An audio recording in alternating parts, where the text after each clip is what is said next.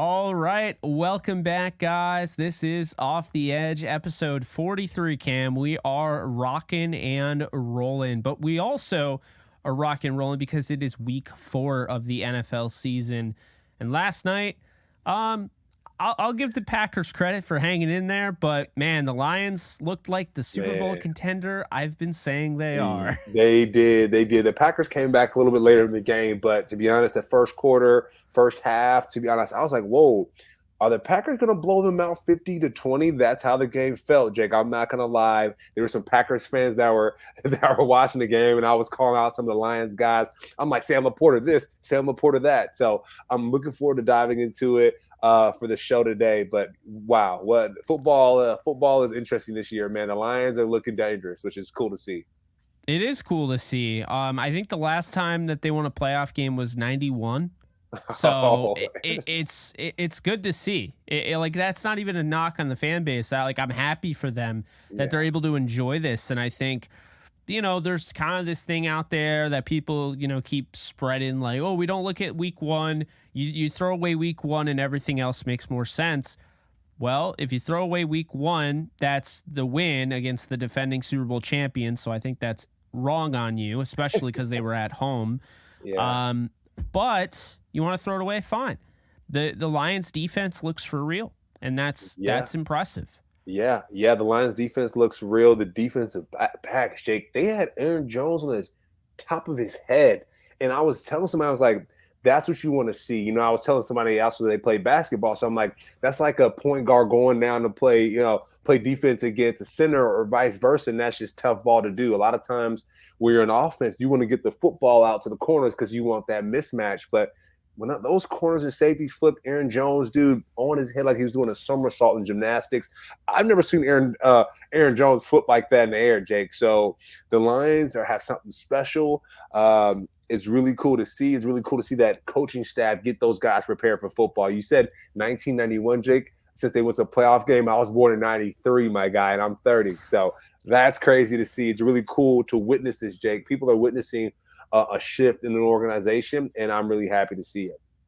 Yeah, no, it is cool to see, right? It definitely is cool to see, and you're happy for the Lions fans. And the Packers fans, it's like, Jordan Love still looks like a baller, so I'm not too worried about you over there. The left-hand throw, Jake, he was about to get a safety. He had it on the right hand and switched to the left, completed the pass. I'm like, he's him. That zero, the guy's so good, he was able to complete a pass with no time remaining on the clock when he snapped it. So, I had to throw that out there because it was 000s. And if I had a nickel for every time Al Michaels said 000 last night, I'd be rich. They're like, by the way, and the rule here, before we go into paying some bills with the ad reads, the rule here, and this is very clearly stated in the NFL rule book, is that with the 000s, like once the game clock is at 0, it is done. There's no,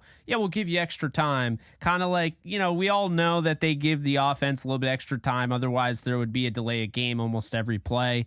There's no like run. Like, it's not like you run through the bag at first base. It's like, no, you, sir, are out. Like that's it. Like you are done. If it hits 0, you're done. And so, to be fair, I'm glad they didn't, change it, even though they should have. But to be fair, that shouldn't have counted. However, it didn't impact the game because they won 34-20. So let's pump the brakes there. Before we get into week 4, and we got a lot of matchups to talk about: Dolphins, Bills, Falcons, Jaguars in London. And if you have ESPN Plus, not giving them free advertising, but this is honestly me, the consumer, I am going to be watching it. They have this Toy Story animated format. So I'll have the game on, but then on my iPad, you bet your ass I'm going to be putting that little Andy's Toy Room on my. I want to see what it's about. Yeah, you got to, Jake. It's really cool to see the NFL really reach into different audiences. They're really trying to grow that 4-year-old into a Bills fan, right? A Jets fan, a Rams fan. So it's really cool to see them capturing different audiences in cool different ways. And yeah, man, I'm going to turn that thing on too. I'm just going to put the subtitles on, put the volume on the other one. we'll put the subtitles on for the Toy Story game. Yeah, no, I absolutely love it. The Nickelodeon one, I'm kind of iffy on, but I thought this was kind of just cooler. This is something I've never seen before. We're also going to be touching on the Ravens Browns game, which I think could be interesting. Your Bucks are taking on the Saints. That's a great rivalry there. The Rams take on the Colts. The Commanders take on the Eagles, and the Patriots are going to take on the Cowboys. And there's some other stuff that we'll talk about as well. Before we dive into that, just letting you guys know that Bet Online is your number one source for all your betting needs this season. Get the latest odds, lines, and matchup reports for baseball, boxing, golf, and more. Bet Online continues to be the fastest and easiest way to place your wagers, including live betting and your favorite casino and card games available to play right from your phone. Head to the website today and use our promo code Bleav to receive your 50% welcome bonus on your first deposit. Bet Online, where the game starts. But Cam, I'm not going to lie. One thing I'll be doing this weekend is playing some underdog fantasy, trying to make some money this weekend. Where can our listeners, our viewers go to get in on that action? Yeah, you can start doing this today, ladies and gents. But you can start playing fantasy football on Underdog Fantasy.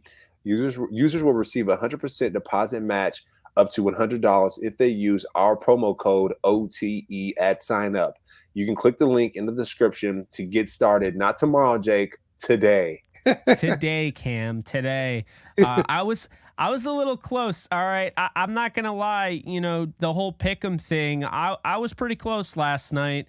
Was one away, and Aaron Jones couldn't get receiving yards. As a matter of fact, he had -4 to end the night. So that was grand. I think it was 19. Normally he had over 100 receiving yards in the first game of the year. Anyway, let's get started. So we're going to dive right into it. The Dolphins 3-0 taking on the Bills. This is in Buffalo. I love this game. I think this represents exactly what, first off, division football should look like. Not your 0-3 versus your 0-3. No, like this is for a pretty big piece of the pie, my guy. This is a huge tiebreaker opportunity for the Dolphins. 3-0 on the road. By the way, they're 2-0 on the road. They've only played one home game, the Dolphins have. I'm looking at this game.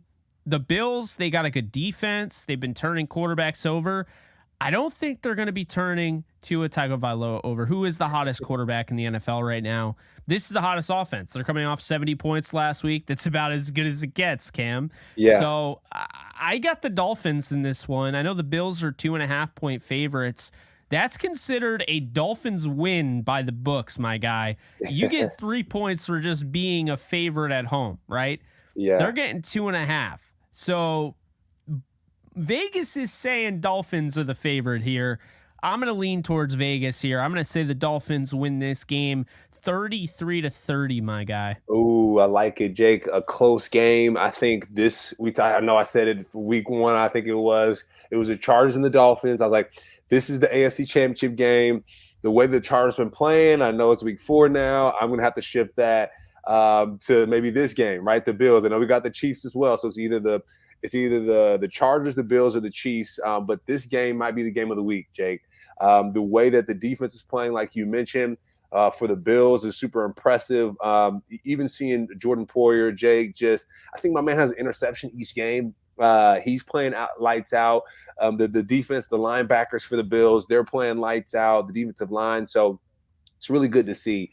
And Josh Allen, thank God he's moving the ball forward, because week 1, it didn't look good. So it's really cool now to see him at his highest level.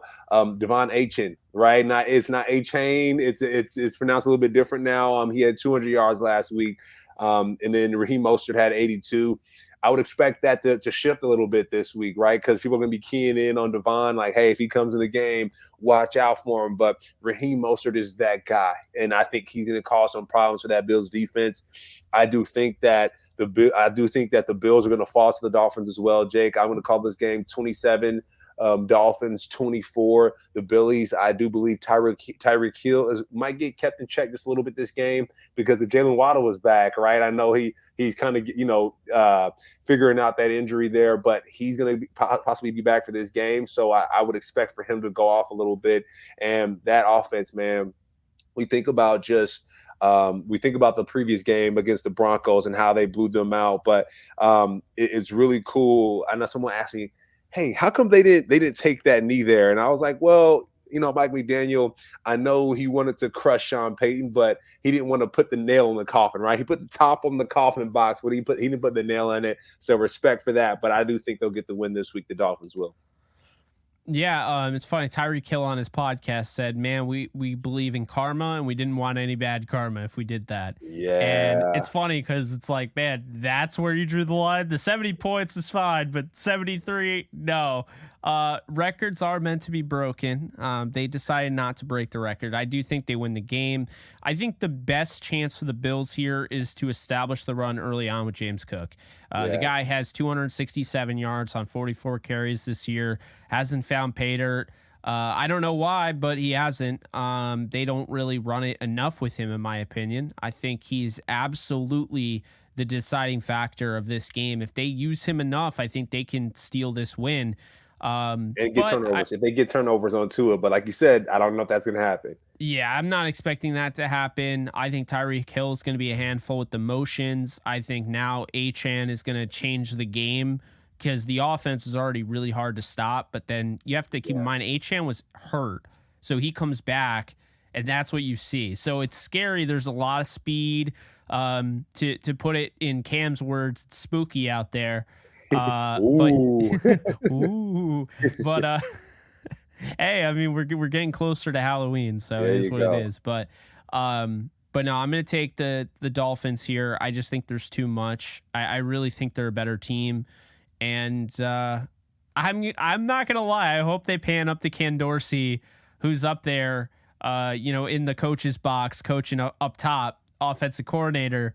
Again, because that was hilarious. That was meme worthy last year, if you remember. They called, I think they went for it on 4th down, incomplete, and then he started just ripping up paper and just throwing a fit, and like he looked like a petulant child, and it was hilarious. Might do it again. He might do it again this year because Mike McDaniel, he takes those, man. You see how he took Bill Belichick's soul after he ran at the end of the game in the camera run? He kind of snatched his soul away on that one, so he might do the same thing for the defensive coordinators for the Bills. Oh my God. That cracks me up, man. When he was running, I just love that guy. Anyway, let's move on to the London game. 9:30 a.m. Eastern time. Man, you're gonna have to get up early. yeah, or just watch on NFL Plus. At the after the game, call it a day there. Yeah. The 2-1 Falcons head to London to take on the Jacksonville Jaguars, who are 1-2. Jacksonville is coming off a 17-point beatdown, a blowout, if you will, against their rival Texans, against a rookie quarterback. Okay, I'm not going to keep beating that home, but still, I thought that was crazy. At home, by the way. All right, now I'm done. The Falcons, however, they went up against a really tough Lions team that kept him in check pretty much the whole game. They weren't able to do anything. Incredibly frustrating. I do wonder, the Jaguars got guys like Josh Allen. They got guys like Trayvon Walker. You have Andre Cisco in the back end of the. There you go, Jake. I'd mention him in the back end of the secondary. Tyson Campbell, what he does. I do wonder if this is a game where we could see your guy Heineke. And the reason I say that is because this is a lot of pressure for Desmond Ridder. This team started out 2-0. They lost to the Lions. They did not look good. And now we know this defense, it held a pretty good Lions team in check. We know this defense is legit. We know they have a decent team. If they come out there and it is just not a good performance in London, I could see a benching in the middle of that game. I think, just to add a spark, I could see it at halftime. Yeah. This is tough. You're not getting a 3-0 Jaguars team. You're getting a 1-2 Jaguars team that's going to be a little desperate. And let's be honest here, they've played in London so much. They got the home crowd. This is a home game for the Jaguars. Yeah. The Jaguars owner, I know he has business out there. I think he might be from there. They might have started those London games anyway. So I think, like you said, the home game, the fans, I think, are going to be out there in full effect. When it comes to the Falcons, Jake, I know Desmond Ridder got sacked 7 times against the Lions. Aiden Hutchinson had a day for himself, and I do think when you think about the Jaguars defense, what that looks like, right? You mentioned Josh Allen, not the quarterback Josh Allen, and then Olukun, right, the linebacker, 14 tackles with 2 sacks. He's going to cause pressure for Desmond Ridder. I'm not sure if they're going to bench Desmond mid-game, but it could be possible. I do. You could see, yeah, it could be possible, right? What does that look like in Andy's bedroom? Brutal. Are they going to show like a weird, like a crane, like the the claw comes in, takes Desmond out, and just drops it? Like I honestly don't know. Yeah, maybe the I know Woody and the girl that herds the sheep. She has that cane. Maybe she just snags Desmond out and then throws. He kind of pops out Mr. Potato Head's body there. Who knows how creative Toy Story is going to get here? It'll be quite interesting. But I do know, Jake, that when it comes to the Jaguars offense, that there are going to be some fireworks. Right, Trevor Lawrence is playing pretty decent. Okay, he had an 85% quarterback rating last week. CJ Stroud, mind you, had a better rating. But you think about their run game. Travis Etienne, 88 yards, not bad there. And then Tank Bigsby as well. You got some guys that can run the football. So it's going to be a close game. I think, Jake, it's going to be a close game. I don't think it's going to be a complete blowout.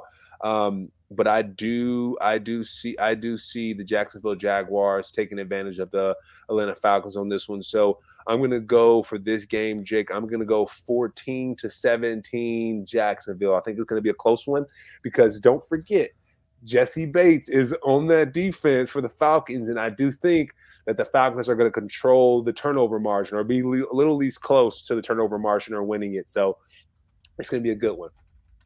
Yeah, no, I hear you. I mean, here's how I see it. These two played last year, or 2 years ago, I think it was. But I see this being a close game. I'm going to go, I think maybe a garbage time touchdown to kind of seal the deal, 24-13. I think it's not going to be like super fun, so I think everyone should watch the Toy Story version if you ask me. But I don't see this being a fun game. I see this being a very sloppy, ugly London game, like something that you would expect when you're traveling that far. This is the first of the season. I mean, we're going to see a Germany game this year. There's some wild games, Cam, that we're going to be covering, but I'm going to take the Falcons. I'm going to take the Jaguars 24-13 in this one. 24-13, nice. Moving on away from Toy Story here, we got 2-1 Ravens versus the 2-1 Browns. And I love Lamar Jackson, and I did like the Ravens coming in. But, man, I can't believe I'm saying this. I had them winning 5 or 6 games this year. I have the Browns winning this game, man. I think that they responded the best way possible after losing their heart and soul of their offense. Nick Chubb. You watch Deshaun Watson and just the way he elevated his game. And then, Ford finding the end zone twice. And Kareem Hunt is going to get more acclimated. He's not totally in football shape. He hasn't gotten hits, things like that. He took that whole offseason off, essentially. So he'll get going at some point. Amari Cooper, I mean, he's on so much fire right now that the refs are trying to take away touchdowns that aren't even, like out of bounds. Like, did you see that call the other day? Like, insanity. He never stepped out, and they're like, yeah, he stepped out. Like, man, they're just trying to take stuff away from my guy Amari. Like Tutu Atwell had that one call taken away too. So hey, officiating, get your stuff together, but no big deal. Absolutely. But we're talking about offense because do we really have to talk about their defense? Look at the Browns defense. I think the Browns might have the best defense in football right now. Yeah, I thought the Jets would be, but at this point, the Browns, count them. Yeah, and so, I see potential here to really steamroll the Ravens. And the reason I say that is because while I love Lamar Jackson, I do believe he's better than Deshaun Watson. There's an adjustment. There's definitely an adjustment period here because when you look at Lamar Jackson, he's not in your Greg Roman style offense anymore. He's in more of a pro style offense. I think this is, by working with Monken, I think this is going to pay serious dividends for the future. But right now, he's going to go through those growing pains. It's almost like a rookie quarterback. He's never been in this style offense before. We've started to see like, kind of changing the protections and things like that. He got sacked like 5-6 times last week against the Colts. I mean, it was brutal. And so I think the Browns are better than the Colts, and I think that's going to be a problem for him. And also, they're going to have to commit to running the ball way more with Gus Edwards. I'm sorry. The guy's running well, and they give it to him like 10 times. I understand he has some injury issues, and you have to try to keep him healthy. You don't really have a choice. You got to run the ball. Yeah, no, I agree. Run the damn ball. We've been talking about that, Jake, because the run opens up the pass, right? We talked about that for the Titans. Tannehill is not looking great because the run game is trash, right? We need Derrick Henry to step up there, but we'll talk about them a little bit later. This Baltimore Ravens team, right? You mentioned Melvin Gordon before in one of our last shows, right? Turning back the clock a little bit with his skill there. That's really good. And then he ended up having like 10 carries. I was like, what? What's going on, right? But then you think about just the Baltimore Ravens.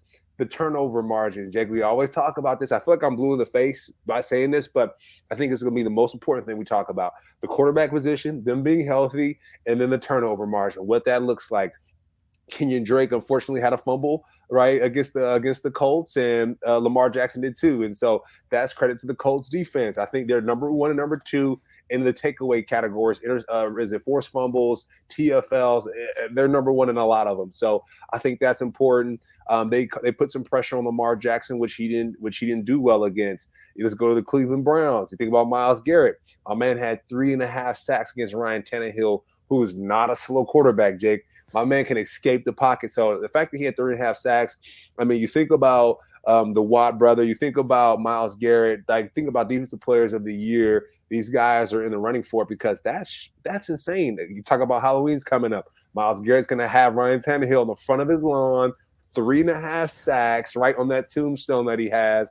I'm looking forward to seeing that. I mean, it's good. It's good stuff, my man. And then you talked about Deshaun Watson, just the type of game he's having, the type of ball he's playing. 123 quarterback rating, 27 for 33. Jake, we talk about it. That's almost a perfect game.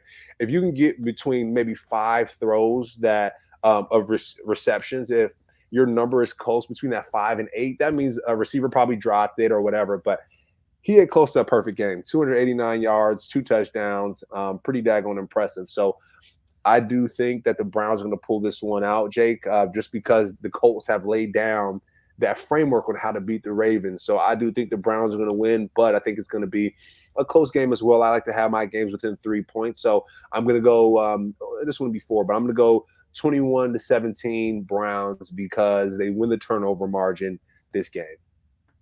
I'll take your 21-17 and copy you. I'm going 21-17 Browns. I think they're right now.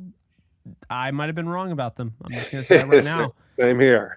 I didn't see it happening, but I mean, this defense is that good. We've been talking about it for a while. Their defense really, but it's now Deshaun Watson. Like if he continues to play like that, I felt very good after that game. I know it was against the Titans, but I felt very good after that game, the way Deshaun Watson kind of, responded. Yeah. A win's a win too. A win's a win in the NFL too. They're hard to come by because some teams are going to have 3 wins on the season. So if you get your win, call it a day. No, absolutely. And furthermore, we got 2 teams that hate each other. The Buccaneers, 2-1, taking on the 2-1 Saints. There is some bad blood there. Tom Brady struggled against the Saints. Mike Evans and Lattimore. There's a lot of storylines, but one of them is the fact that let's be honest with ourselves. Jameis Winston could start this game against the former Buccaneers. Storyline for your ass. That's it. We love our storylines. Well, that's a storyline for you. I don't think they should rush Derek Carr for this game at all. No, I don't. What did I bring up on the show the last time when we were talking about his injury? I said Ryan Clark said something about, he had the same issue, right? and I forget what it was, the shoulder issue. He said he Oh, the couldn't AC lift his joint. shoulder in the Yeah, AC joint. He couldn't lift his arm until they gave him the shot before the game. Like, crazy, crazy. that's not who I want being a quarterback. I don't. If you No, have that, I'm like, all right, you figure you out. We'll roll timeout. with Jameis and Taysom. Okay, like that. Yeah. And Jameis is going to be fired up this game. We know that. Like the W when he's eating his fingers, that was against the Saints. So Jameis got a lot of jokes for that, I'm sure, from the Saints players. I'm sure the fans are crushing him right now. But Jameis is going to be fired up, Jake. Jameis is going to be leading those folks out the tunnel. And I played with Jameis. I played with him when we played the Saints. It's going to be a bloodbath. Let's just call it that. Of course, a healthy one. No one's going to really get injured like that unless it's Mike Evans and Lattimore, because those guys do not like each other. You can go back and see the tape. My wife Veronique is like, wait, like she'll go to the game, she'll see them play, and you'll just see Lattimore or Mike Evans just jumping on Lattimore, throwing bows like they're in UFC. To be honest, that's not meant for our game. That game, we shouldn't allow that in our game. So Mike Evans, take it easy, my guy. Take it easy this game. I want to see a clean game and clean ball. But I do think with this game being the way it is, with Jameis Winston starting, it's going to be a 1-point game. I'm gonna call. It's going to be a 1-point game. Someone's going to win by that extra point, whatever it is. But I think it's going to be a 1-point game. I'm going to call Buccaneers 21. I'm gonna call Saints 20. I'm just gonna call it there now. I think the Bucks. Gonna pull this one out. Yeah, two good defenses, so it's not an easy pick here. Derek Carr shoulder was a spectator yesterday. We're recording this on a Friday. Derek Carr Thursday's practice was a spectator. So we're talking about a guy who still has not practiced. This could change tonight. He could end up practicing on Friday. I don't like his chances. I really think he should not play. Because you made a significant investment in him, and this is still a team that I'm not going to say they don't need this game, because they definitely need this game. I think any of these divisional games, especially in the NFC South, they count as 2. Well, they count as 3 in the NFC South. There you go. I mean, let's be honest here. You look at last year with Tom Brady and the Bucs; they snuck into the playoffs. I mean, they're all beating the crap out of each other. So the Buccaneers, they need to respond. They were undefeated. They got kind of embarrassed at home on Monday Night Football. Jalen Carr. Jalen Carr was brutal.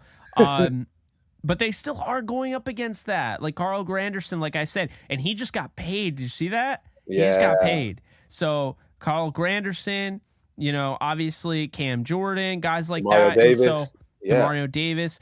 So, and Marshawn Lattimore, of course. So I love the way Chris Olave's been playing. I think Jameis and Olave will keep this game close, as well as the defense. Alvin Kamara's back. Oh, snap. He is. I'm still going with the Bucks. I'm going 24-23. I think it's going to be another 1-point win for this 1-point loss rather for the Saints here. I think the Bucks win the game. Let's be honest here, okay? Like playing at where the Saints play at the Superdome. Yeah. I think that helps an offense, right?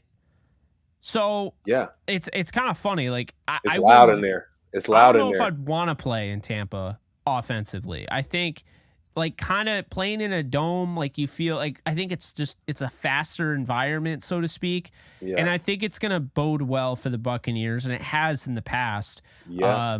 I think just honestly, Tom Brady's been kind of the issue. He has not played well against the Saints. Tom Brady's not out there. It's Baker Mayfield. So I'll never say Baker Mayfield's better than Brady, but maybe against the Saints, he might be. He might be. To be honest, Jake, that Superdome is loud as all get out. Try being on the punt team, Jake, backed up in your own end zone when that crowd is jumping, right? Cam Jordan, Demario Davis gets a sack on Jameis when he was there, and then we got to punt out of our end zone and try to stop the returner from scoring because, they're on their own 40 or whatever. So that don't get super loud. Those New Orleans Saints fans are some of the best fans. So shout out to them, but they're going to be sad. I think they're going to be sad. Alvin Kamara getting back.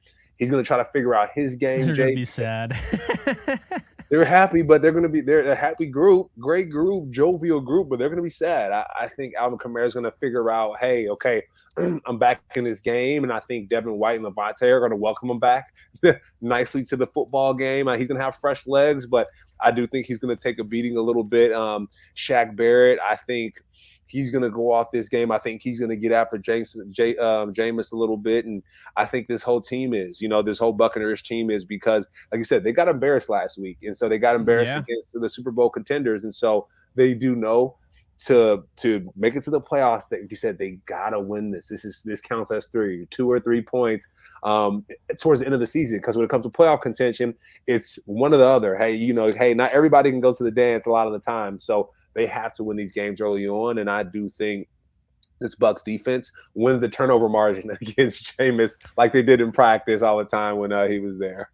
That's how, that's really all it should take. We move on to a game that has kind of gone back and forth with Vegas. Now it's at an even pick'em. The Rams head to Indy to take on the Colts. The Colts are a surprising 2-1, coming off a hell of a win on the road in Baltimore, where their kicker, former Rams kicker Matt Gay, broke a record for most 50-plus yard field goals made in a game. He had 4 of them. The Rams are coming off a brutal loss on the road to the Bengals, Monday Night Football, in a game where it's weird, right? Because if you talk to anybody before the season, they would have signed up for a 3-point loss to Joe Burrow and the Bengals on Monday Night Football on the road in a whiteout environment. But going into that game with an injured Burrow, the Rams were pretty much expected to win that game no issue by some people. And there was an issue. And I think people didn't really take Lou Anarumo seriously. And I think once again, this could be an issue as well with Gus Bradley and his defense. Yeah, Jake, I do. We talked about this too. We're blue in the face. Run the damn ball. I know we said it on shows all week. We got to run the ball. Got to get Kyren Williams moving.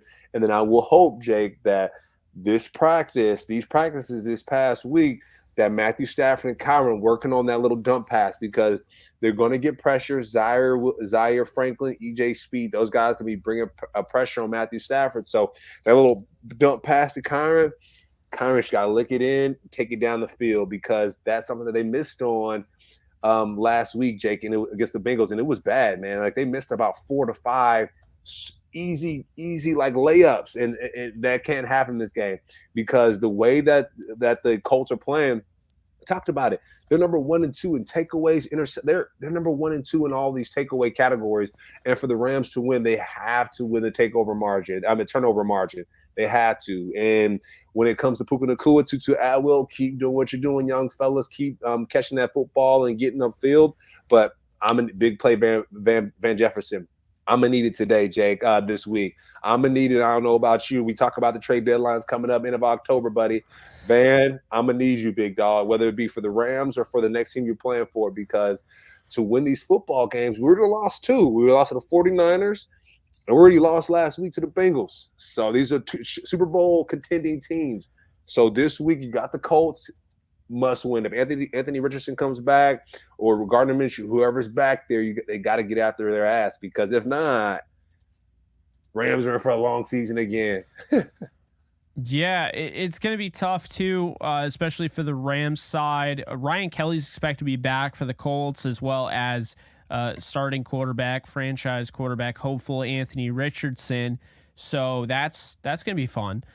Yeah, kind of. If you're a Rams fan, it's not. But no, with the Rams, Ben Skoranek showed up on the injury report. Tyler Higbee showed up, and so did Alec Jackson. And Higbee did not practice on Thursday with an Achilles. Oh, no. I mean, that's Aaron Rodgers, Kobe Bryant, Kevin Durant. You hear Achilles, and you just get supremely worried. So Aaron Rodgers, we don't know. Aaron Rodgers, the doctor that did Aaron Rodgers and Kobe's Achilles, just give him a call. Say, hey, What He's do you on do? staff with the Rams, Neil Elitrosh. There you go, Neil. There you go, Neil. Check out that Achilles. Yeah, so I'm a little, I'm a little concerned there. But I do think, if he can't go, Bryson Hopkins showed up in the Super Bowl, so I'm not exactly worried about that. Yeah. Could see the rookie 5th round pick out of Clemson, Davis Allen. Yeah. Get him So in there. there's something there. Skoranek being out, I think he'd be one of the emergency tight ends. So hopefully he's good to go. But I look at this team, and this Colts team has been just willing to run the football. Zach Moss has 48 carries to Kyron Williams 39, and Zach Moss missed the first game of the season. So that's something to keep in mind. And he's got 210 yards and a touchdown. He also has a receiving touchdown. You look at Michael Pittman, one of the better 50-50 ball guys in the game. So you look at this and you're like, this could be a fun game. I'm going to take the Rams in this one, 27-17. One thing here, one key ingredient. Aaron Donald, since he joined the Rams, rookie quarterbacks are 1-7 against the Aaron Donald Rams. Only Tua Tagovailoa has beaten them, and that game, he didn't do much of anything. He had about 100 yards passing, and Brian Flores' defense just ate Jared Goff alive.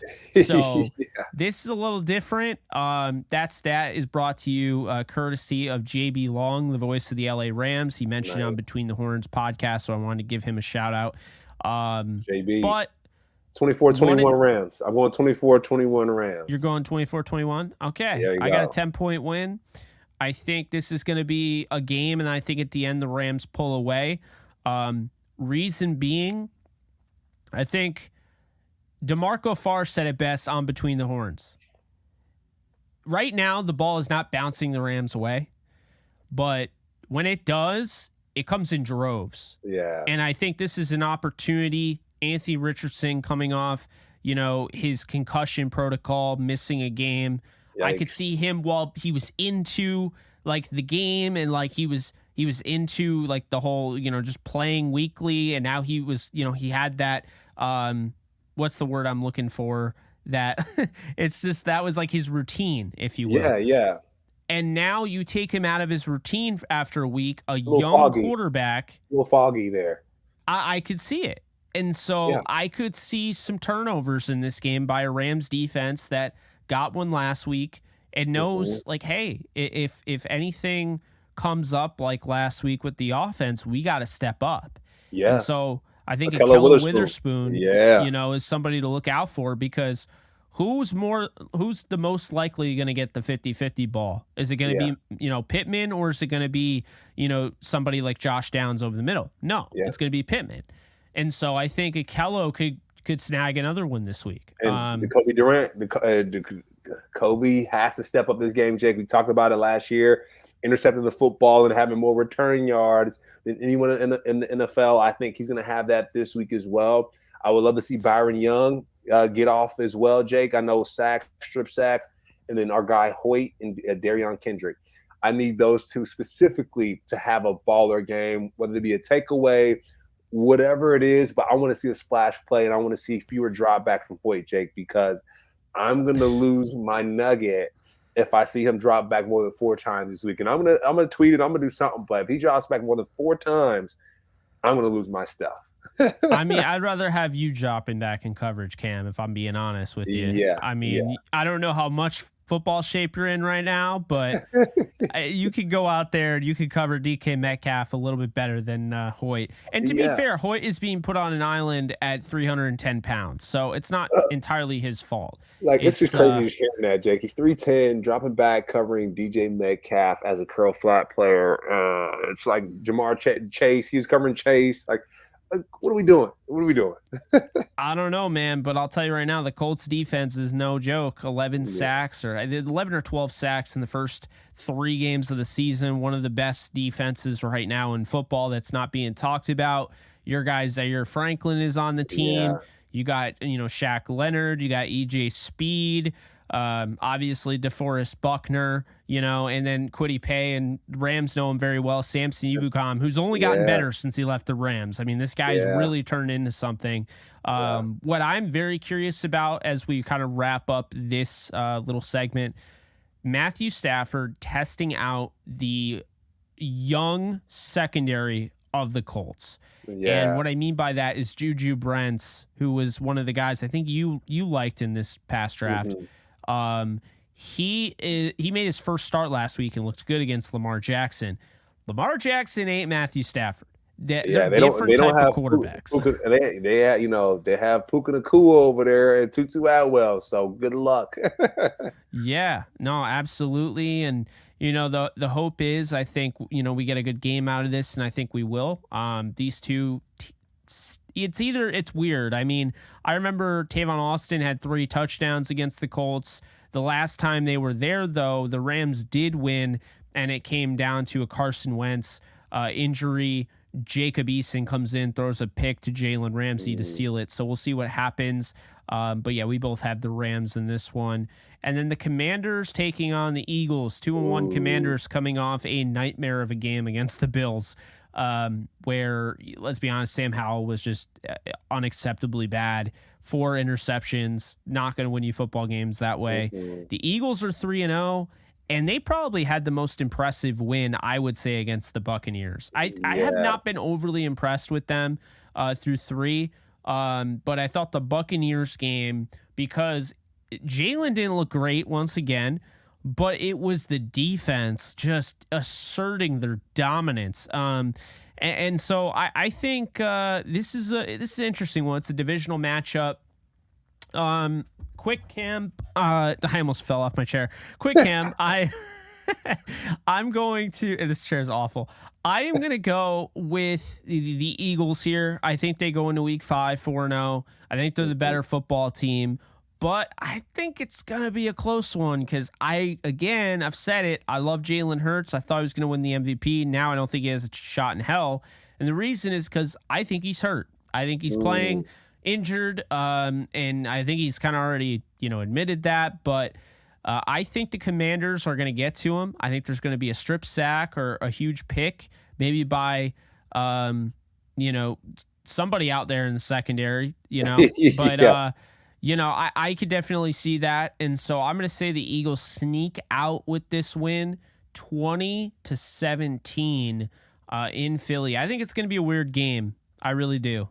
Okay, and you mentioned the interception, maybe Emmanuel Forbes for the Washington football team. That's what I was trying to think of. There you go. All good. I can't remember.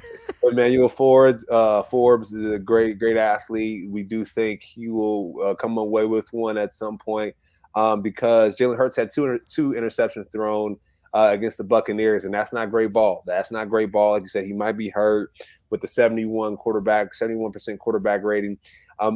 I know the Washington football team, Jake, they lost the game, but 37-3 against the Billies, and the Eagles have a better defensive line than the Billies do, Jake. And I do think that football is going to be up in the air for the Eagles to catch it and run with it. So I'm going to call this game 30-7 Eagles, because the way that the Eagles handled the Buccaneers 25-11.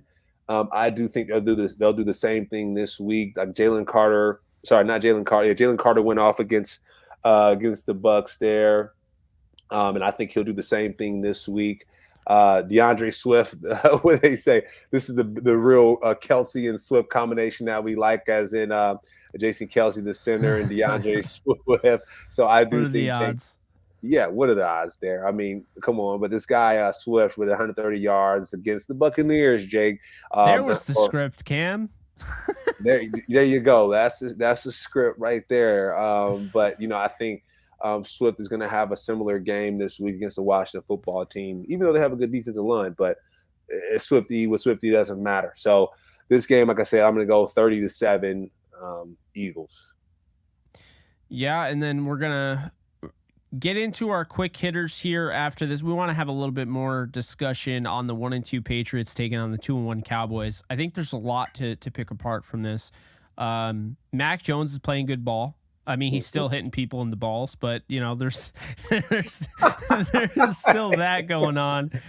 Sauce Gardner pointed it out. I mean, I don't know why the guy is determined to be the next Grayson Allen, and that's not something I would aspire to be. I guess then again, that would be him missing wide open layups. So that's nutty, Mac's bro. done that before. That's nutty. That's nutty. See what you did there? Wow. I had to. Yeah, no, you had to. So yeah, the Patriots, let's talk about them for a sec. Our guy Christian Gonzalez looks like an absolute star. Okay. Yeah. Still don't know why. Cam, I mean, I don't get it. Every year there's a player that's clear and obvious, a top 5, top 10 talent that falls a little bit. And I don't know why Christian Gonzalez fell, but I didn't know why Derwin James fell. So, I mean, it's just another one of those guys. I think he's going to shadow CeeDee Lamb in this one. And so I think it's going to put some pressure. Cowboys are 6.5 point favorites, Cam. The over-under on this is 43.5. So Vegas thinks this is going to be a really low-scoring game, and they think Dallas is going to win by maybe a touchdown. Yeah. I don't know. I don't know what to say. I mean, I think the Patriots defense, first off, they're the only defense to make any sort of attempt at stopping Tua. Mm-hmm. They also looked good against the Eagles, and they blew that game. And then they beat the Jets, who, let's be honest, they probably should have crushed the Jets. Yeah, with they how barely poorly beat the Zach Jets. Wilson played. Mm-hmm. But I'm not going to look at it like that. I'm going to look at it like the defense is really good. Yeah. And Bill is in his bag. I'm also going to say I think the Cowboys bounce back. I don't think it's enough to beat the Cowboys, because if it's Mac Jones versus Dak Prescott, say what you will about Dak, Dak's better than Mac. Okay, he is. I think Tony Pollard is the key to this game. You run the ball with Tony Pollard, you keep it on the Cowboys side, and I think that's what the Cowboys intend to do. I think Tony Pollard is going to be a problem for the Patriots because he can help you as a pass catcher, he can help you as a runner. I think the Cowboys win this game 24-20, I like. Okay. So I think the Patriots cover. Okay, I'm going to say 21-14 this game, Jake, because of that Jet score. I know the Jets defense is really good, but I'm going to go 21-24 this game. You talked about the running game. That's going to be the most important part for this game. The Patriots defense, you mentioned it. They're pretty damn decent. They held Dalvin Cook and Breece Hall to 18 yards. That's kind of wild. So I know when you talk about Tony Pollard being a great back, I think he'll have more than that. I would think maybe 70 to 80 for this game. But at the same time, way Matthew Judon is playing, I don't know, Jake. So it's going to be really interesting to see where the run game goes here. So if they start putting the ball in the air, what does that look like? And I do think when it comes to Mac Jones, I know last other week against the Jets, he was 15 for 29, 201 yards, and 85% quarterback rating. So he played pretty decent, but I do think the Cowboys are going to come out with this one. They got embarrassed last week. Let's just full stop. They got embarrassed against the Cardinals. It probably shouldn't have happened. I know the Diggs brother was out, and we talk about Dan Quinn has to figure it out. Dan Quinn's going to be pissed. He's going against Bill Belichick. He's going to throw all the stops at the wall. So I do think the Cowboys come away with the win here, 21-14. I do think when it comes to the turnover margin, I think Michael Parsons goes off, right? All that. We talked about the hitting folks in the nuts. That's not cool. I know Michael Parsons probably already shouted out on his podcast, and I'm sure he's pissed. He's like, dude, that better not happen to me because, it just better not. And so I do think the Cowboys are going to take what Sauce Gardner posted on social media. I was like, all right, we got you. We're gonna take your ball away. How about that? Not the balls away, the ball away. We're gonna take your ball away multiple times. And I think the Cowboys are gonna win the turnover margin by taking the balls away. Oh man, it's such a shame because Mac is having a good year, but now this is what we're talking about, and that's on him. That's not on anybody else but him. 2-1 Kansas City Chiefs, led by the Swifties, are taking on the 1-2 Jets. Yeah. Yeah. Dub. This is one of those, hey, it looks really good on paper coming into the season on Sunday Night Football games. But, I mean, man, are we going to see Trevor Siemian in this game? I mean, I think so. Like, I think it's going to get that bad. This is the bench game. I don't think Desmond Ritter, would he get benched? I don't know about that one, but this is the game that I think we'll see someone get benched first quarter, second quarter. Yeah, it's not good. We're not feeling good about this one. No, dub for the Chiefs. I mean, I got the Jets helmet in the back. You know, I have a soft spot for the Jets. Covered them last year. Yeah, this ain't gonna be pretty. Tuck that under somewhere. Yeah, this ain't gonna be pretty. I'm gonna say the Chiefs win this game. It's a shame because I still think the defense is gonna play well. But I just think, I mean, you play defense. You can't be on the field the whole game. And it's just way too taxing. Yeah. I'm going to say they hold him. All right, they're not going to drop 40 like the Bears game because the Jets have a respectable defense, like borderline Super Bowl defense, probably Super Bowl. I'm going to say a 28-6. So I think they hold him away from 30. But I also think Andy Reid and the Chiefs go with more of a ball control, get out of there, healthy and everything type of style. Run the ball a little bit more with Isaiah Pacheco, get him going. Clyde Edwards-Helaire. That's how I see the game going. So I'm going to say 28-6. I'm going to go 30-3 Chiefs. I think they go off this game as well. I think the Jets, I think we talked about it. Pressure either creates diamonds or bust pipes. I think this is when the pipe gets busted, right? It's Q1. It's the first 4 games of the season, first quarter of the season. I think this is going to be the telltale sign where it's like, hey, Saleh, Nathaniel Hackett, the defense hit social media and they told y'all that we want a different quarterback.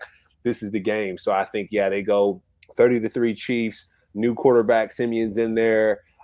They maybe get ready to trade for another quarterback in the future. Maybe Wilson's on that trade block. Jimmy Garoppolo, whatever it is.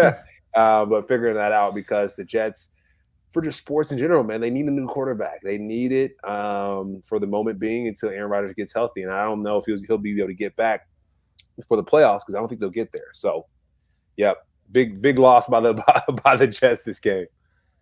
It's going to be funny because a lot of the Swifties that just got into football and don't actually know like anything about football are going to look at this like this is such a big win, but they're not going to understand that like they're easily supposed to win this game. Anyway, so we'll go rapid fire here. Broncos head to Chicago. Both teams are 0-3. I'm expecting a tie. No, I'm kidding. I'm going to say the Broncos win this game. Yeah. I think Luke Getsy is that pedestrian of an offensive coordinator that the Broncos still have some talent on their defensive side. Don't forget about that. Marvin Mims on the offense. Plus, Surtain can just completely shut down DJ Moore. Then who are you throwing to after that? Cole Kmet? That's about it. Got to throw to God or run it with Justin. Yeah, so I got the Broncos. I actually think this could be a blowout. I think this could be a huge Payton's pissed. I think this is 33 to I'm going to say 33-12. The Bears get 4 field goals. Okay, I'm going to go 24-7. 24-7 Broncos. Russell's playing pretty doggone decent, so I think he plays well. I think they hold on to the football. I think they run the football pretty decently. And they crushed Chicago from scoring points. The reason why Chicago won't be out of it too much is because they were able to fight back against the Buccaneers. So, I think this one will be a 24-7 Broncos. I think we're going to hear a lot of boos. This is in Chicago, and I could see a Bagent hooking, if you will. I think he could come in late in this game that's out of reach. Fourth quarter, Maybe put together a decent drive where the fans are like, we want to see Bagent. And then, I don't know, man. I think the Brock Purdy emergence has kind of changed people's minds about young quarterbacks that haven't been drafted high. Personally, Agreed. That's just how I feel. You could see it with Aiden O'Connell. You and I have been, Taylor Heineke too. There. Taylor Heineke too. He's an emergence of a great quarterback who doesn't really get much shine. He went to XFL for a while, USFL. won the Heisman. Backup quarterback for the Battlehawks. There, backup. There you go. There you go. You know what Heineke was known for? The Bud Light seltzer, the shotgun in the locker room. Yeah. That's what he was known for. Yeah. It's so funny that he ended up becoming something. Good for him, though. Happy for him. 2-1 Steelers take on the 1-2 Texans. It's so tough. I actually kind of lean Houston. I'm going to stick with Pittsburgh because I don't want to go too like, oh, yeah. I mean, the Texans have had the Jaguars number for whatever reason every time they play each other, it seems like. So I'm just going to kind of write it off as that. I don't want to write off CJ Stroud, but I think that Steelers defense is something else. But I think Matt Canada is going to do his best to call plays that keep the Texans in it. So I'm going to have the Steelers winning 20-14. I'm going to go 21-14 Steelers. TJ Watt, I think, strengthens his candidacy for Defensive Player of the Year. I think he's playing lights out, and it's really cool to see. Of course, Quan Alexander, I got to shout him out. I'm playing linebacker for that team. So, yeah, 21-14 Steelers on this end. Vikings head to Carolina, both 0-3 teams. Oh, boy. Skull. If the Vikings lose this, how do you even bother keeping Kirk Cousins? Like, yeah. I mean, I trade him at that point. Yeah, playing, I mean, the guy playing lights out. He doesn't deserve to be on that team. I think he's too good to. I mean, yeah, I don't think. Hell, trade him to the Jets. You know, like for real. I mean, I said Garoppolo because I know Kirk has a no trade clause, but would he turn down a trade to the Jets? I don't. Not the way it's looking. I don't think so. I'm gonna take the Vikings in this one. I think Andy Dalton might come in at some point, but I think Bryce Young's gonna start. So I'm going to go. I'm going to actually say the Vikings win this pretty easily. I'm going to say 30-17. They're a better team than even maybe Seattle, but it just hasn't worked out for them. Yeah. I'm going to go Vikings 27 to the Panthers 7. Frank Reich has to pass over the sticks, dude. It's the offensive play calling is not going well, and this is the make or break game, the bust pipes game, right, or create diamonds type game, and I don't think they're going to be able to pull this one off. And I think Frank's going to have to pass the sticks after this one because it hasn't been going too well for the Panthers there.